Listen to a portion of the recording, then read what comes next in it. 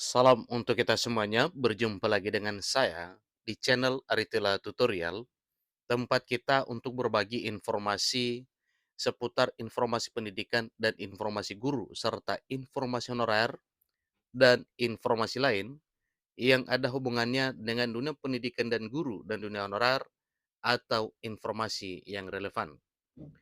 Pada pertemuan ini, saya menyapa seluruh Bapak Ibu honorer setanah air yang selalu setia melaksanakan tugas tanpa mengenal lelah dalam melaksanakan kegiatan pelayanan publik sesuai dengan bidang masing-masing di instansi pemerintah pusat, demikian dengan instansi pemerintah daerah.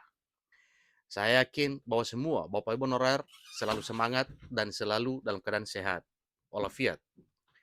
Pada pertemuan ini ada satu informasi penting yang perlu diketahui oleh seluruh Bapak Ibu honorer, bagaimana mekanisme pengangkatan honorer menjadi ASN P3K di tahun 2024. Rahasia ini langsung dibocorkan oleh Menteri Pendayagunaan Aparatur Negara dan Reformasi Birokrasi, Menpan RB Abdullah Azwar Anas, terkait dengan hal tersebut. Maka Bapak Ibu sebaiknya mengetahui hal ini. Disampaikan bahwa seleksi P3K 2024 ini dari masa kerja dan usia honorer yang jadi prioritas, ya. Ini bocoran informasi dari Menteri Pendayagunaan Aparatur Negara dan Reformasi Birokrasi. Dalam hal ini Menpan RB Abdullah Azwar Anas.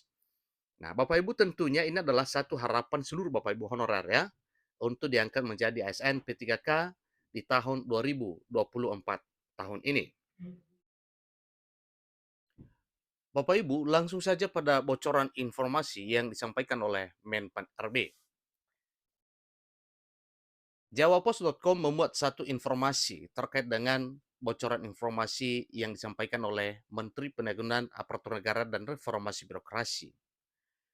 Sama dengan seleksi P3K 2023, honorer dipastikan tetap jadi prioritas diangkat jadi P3K atau pegawai pemerintah dengan perjanjian kerja dalam seleksi P3K 2024. Kabar baiknya, seleksi P3K 2024 nantinya disebut tidak cuma menggunakan sistem penilaian dan pemeringkatan saja untuk pengangkatan jadi pegawai pemerintah dengan perjanjian kerja.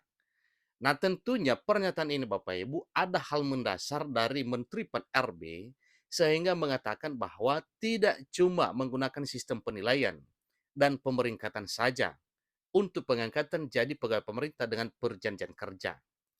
Kalau hanya berdasarkan penilaian dan pemeringkatan, itu bisa saja.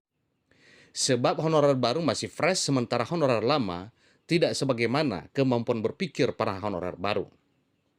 Nah, dengan demikian Bapak Ibu, ada satu hal yang bisa menguntungkan seluruh honorer yang sudah lama mengabdi.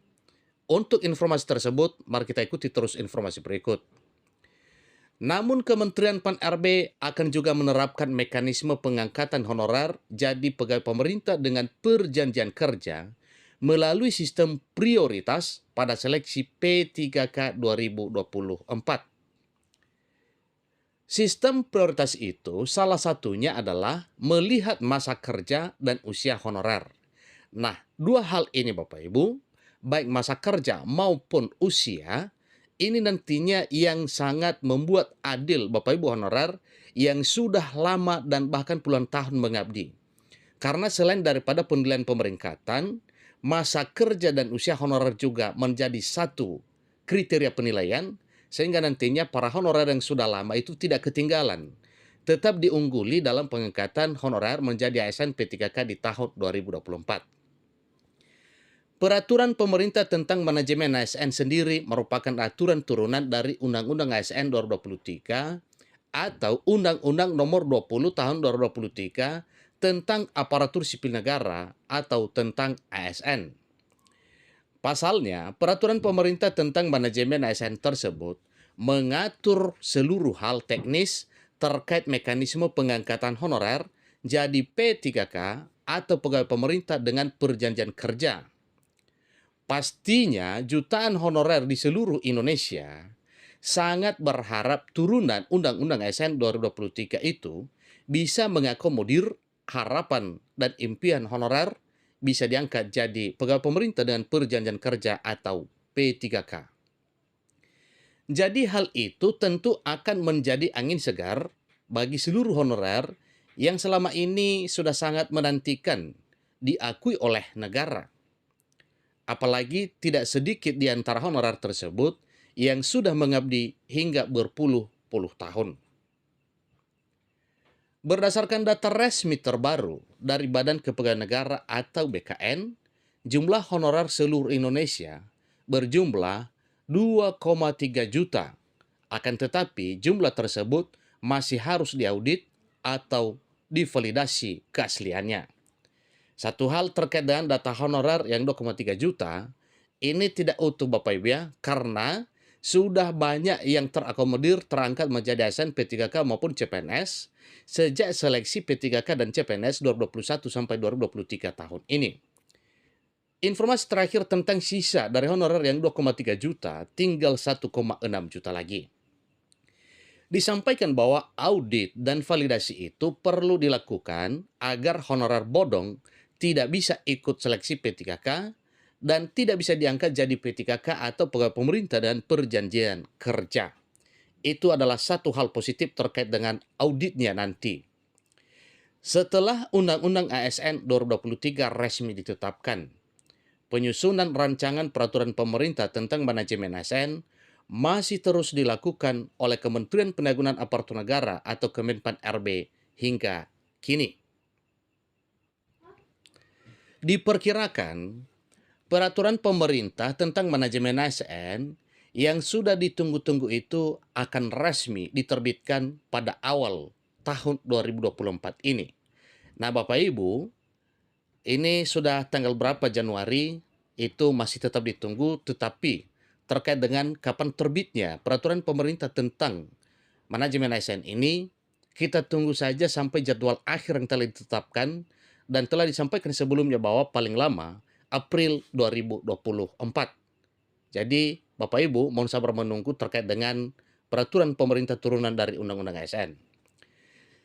Terbaru, BKN menggelar evaluasi hasil piloting verifikasi dan validasi data tenaga non-ASN di lingkungan instansi pemerintah. Jadi kegiatan tersebut digelar di Kantor Regional 10 BKN Denpasar pada hari Kamis 28 Desember 2023 yang lalu. Acara itu diselenggarakan dalam rangka penyusunan rancangan peraturan pemerintah atau yang disebut dengan RPP Manajemen ASN yang merupakan turunan dari Undang-Undang Nomor 20 Tahun 2023 tentang aparatur sipil negara serta percepatan penataan tenaga non-ASN. PLT Kepala BKN dalam hal ini, Harmoyo Dwi Putranto, mengungkap bahwa dalam RPP Manajemen ASN ada beberapa solusi yang ditawarkan untuk penyelesaian permasalahan tenaga non-ASN. Nah, hal itu sesuai dengan amanat pasal 66 Undang-Undang Nomor 20 Tahun 2023 tentang ASN yang berbunyi, pegawai non-ASN atau nama lainnya wajib diselesaikan penataannya paling lambat Desember 2024. Karena itu, ia meminta agar BKN bersama BPKP bisa melaksanakan verifikasi dan validasi tenaga non-ASN atau tenaga honorer. Kemudian, Sekretaris Utama BKN, Imas Sukmaryah, menambahkan bahwa RPP Manajemen ASN tetap mempertimbangkan tuntutan kondisi perkembangan zaman. Berdasarkan pendataan jumlah non-ASN, dengan surat pernyataan tanggung jawab mutlak atau SPTJM adalah sejumlah 2.355.092 orang. Walau sudah banyak yang sudah terangkat menjadi ASN, baik itu P3K maupun CPNS. Sementara total non-ASN atau honorer yang lolos seleksi dan telah diangkat sebagai ASN berjumlah 749.398 orang. Sebagai langkah awal, BKN dan BPKP telah melakukan piloting verbal data terhadap tenaga honorer. Jadi tujuan dari piloting ini adalah untuk mendapatkan data yang valid dan akuntabel yang selanjutnya dapat digunakan untuk memberikan tawaran kebijakan terkait tenaga non-ASN atau honorer. Di sisi lain, Kemenpan RB juga tengah fokus untuk merampungkan peraturan pemerintah tentang manajemen ASN turunan dari Undang-Undang ASN 2023. Selain mencakup penataan honorer, juga mengatur sistem gaji terbaru. Menteri Pan-RB Abdul Azwar Anas dalam pernyataannya beberapa waktu lalu sudah menyinggung soal nasib honorer tidak lulus seleksi P3K 2023. Beliau menyatakan bahwa seluruh honorer tak lulus seleksi P3K 2023 masih memiliki kesempatan sama besar pada rekrutmen CASN 2024. Pasalnya, seleksi P3K 2024 mendatang tetap memprioritaskan honorer kategori 2 dan non-kategori 2 atau tenaga non-ASN. Selain itu, pemerintah juga memastikan telah membuka seleksi CPNS 2024. Jadi, hal ini nantinya itu juga adalah salah satu hal yang dilakukan oleh pemerintah untuk menyerap kebutuhan tenaga ASN. Bahkan kuota untuk talenta-talenta digital dipastikan jauh lebih banyak ketimbang seleksi P3K 2023. Demikian juga untuk para fresh graduate atau lulusan baru. Jadi, Menpan RB Abdul Azwar Anas juga menyebutkan bahwa arah kebijakan pemenuhan ASN pada 2024 juga masih diprioritaskan pada pemenuhan kebutuhan pelayanan dasar, yakni guru dan tenaga kesehatan seperti dokter, perawat, dan lainnya. Proyeksi kebutuhan ASN 2024 diperuntukkan bagi instansi pusat dan daerah dan juga lulusan sekolah kedinasan. Menpan RB Abdul Azwar Anas juga mengungkapkan bahwa salah satu fokus pengadaan CASN tahun 2024 adalah pemerataan guru di daerah 3T, yang mana daerah 3T yang dimaksud Menpan RB adalah daerah terdepan, terluar, dan tertinggal. Bahkan kepada guru honorer di daerah 3T juga akan diberikan peluang lebih besar diangkat jadi P3K. Itu adalah sudah satu komitmen pemerintah bersama dengan DPR RI, yakni dengan memberikan afirmasi bagi guru honorer yang telah mengabdi di daerah 3T agar bisa diakomodasi menjadi P3K. Menpan RB Azwar Anas juga telah melaporkan kepada Presiden Jokowi terkait dengan penyelesaian tenaga non-ASN.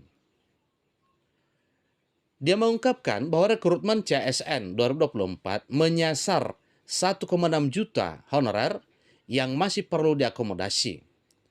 Inilah proyeksi sisa tenaga non-ASN termasuk ex-THK 2 dan dari rekrutmen yang telah berjalan sampai 2023. Azwar Anas selaku Menpan RB sangat berharap dalam waktu dekat ada kebijakan untuk menangani penataan tenaga non-ASN. Beberapa alternatif solusi sudah disampaikan Menteri Anas kepada Presiden Joko Widodo.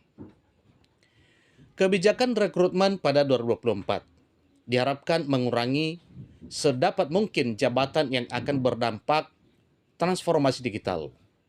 Untuk rekrutmen ASN yang mengutamakan talenta-talenta digital berfokus menciptakan nilai tambah ekonomi. Seperti yang sudah disinggung di atas bahwa seleksi P3K 2024 akan menetapkan skala prioritas terhadap honorer di angka jadi pegawai pemerintah dengan perjanjian kerja atau P3K. Dalam Undang-Undang ASN 2023 juga disebutkan golongan honorer yang jadi prioritas dalam seleksi P3K 2024. Yang pertama, yakni honorer yang telah mengabdi paling lama di atas 5 tahun. Kedua adalah honorer yang usia yang mendekati 46 6 tahun. Kendati nantinya seleksi P3K 2024 menggunakan sistem nilai dan pemeringkatan, honorer golongan ini tetap jadi prioritas diangkat jadi P3K. Pasalnya, variabel masa kerja atau pengabdian dan usia memiliki poin sangat tinggi. Artinya ini nantinya masa kerja dan usia merupakan satu afirmasi yang dapat menguntungkan para honorer.